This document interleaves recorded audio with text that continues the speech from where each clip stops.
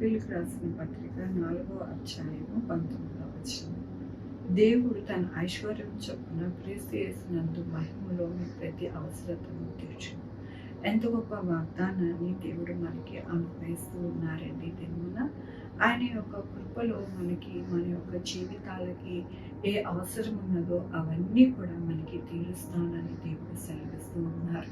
మన జీవితాలకి ఎన్నో ఈ లోకంలో చాలా పరిస్థితులను బట్టి ఒక్కొక్క పరిస్థితిని బట్టి ఒక్కొక్కటి అవసరం అవుతుంది. అయితే దేవుడు ప్రతి అవసరత అంటూ ఉన్నారు. ప్రతి అవసరత దేవుడు తీరుస్తారంట. చాలామందికి ఎన్నో అనుమానము సందేహములు ఉంటూ ఉంటాయి.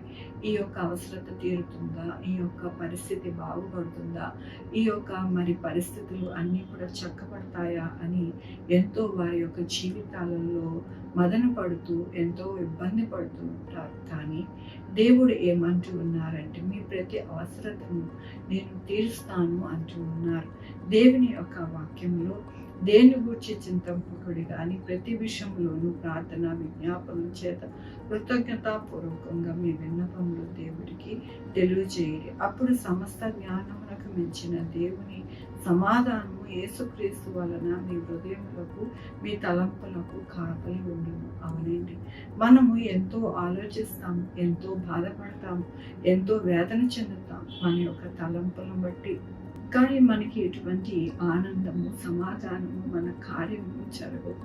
కానీ మనము చింతింపకూడదు, మనం బాధపడకూడదు.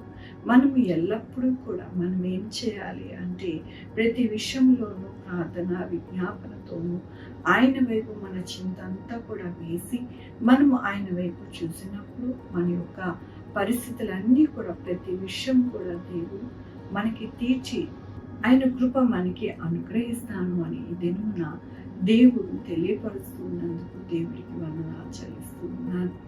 ఈ దినమున పుట్టినరోజు పెళ్లి రోజు అనేక శుభదినములు చేసుకుంటున్న వారందరికీ కూడా నిండారుగా శుభాకాంక్షలు తెలియజేస్తూ ఉన్నానండి.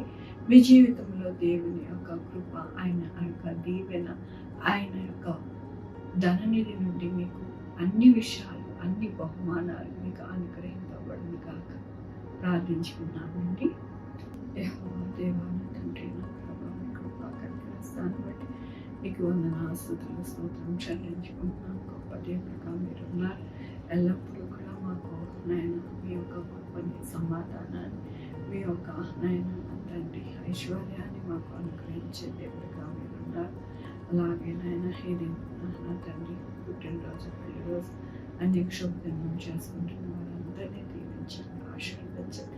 మీ కృపలో వారిని భద్రపరచండి. మా కొరకు ప్రార్థించమని వారిని వారి యొక్క బిడ్డల్ని నాయన వారి భవిష్యత్తు, వారి ఆరోగ్యంలో, వారి జీవితాలు, వారి ఉద్యోగంలో, వారి వ్యాపారంలో అన్నిటినీ కూడా మీ యొక్క కృపలో భద్రపరచండి.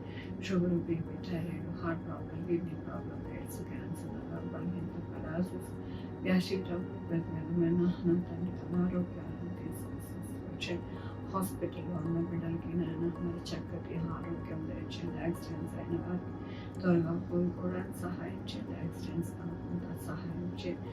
ఎక్కడ వరదలు భూకంపాలు రాకుండా సహాయం చేయండి. మంచి పంటలు పండి నాయన తండ్రి చక్కగా రైతుకి నాయన మంచి లాభం ఉండేటట్టు సహాయం చేయండి.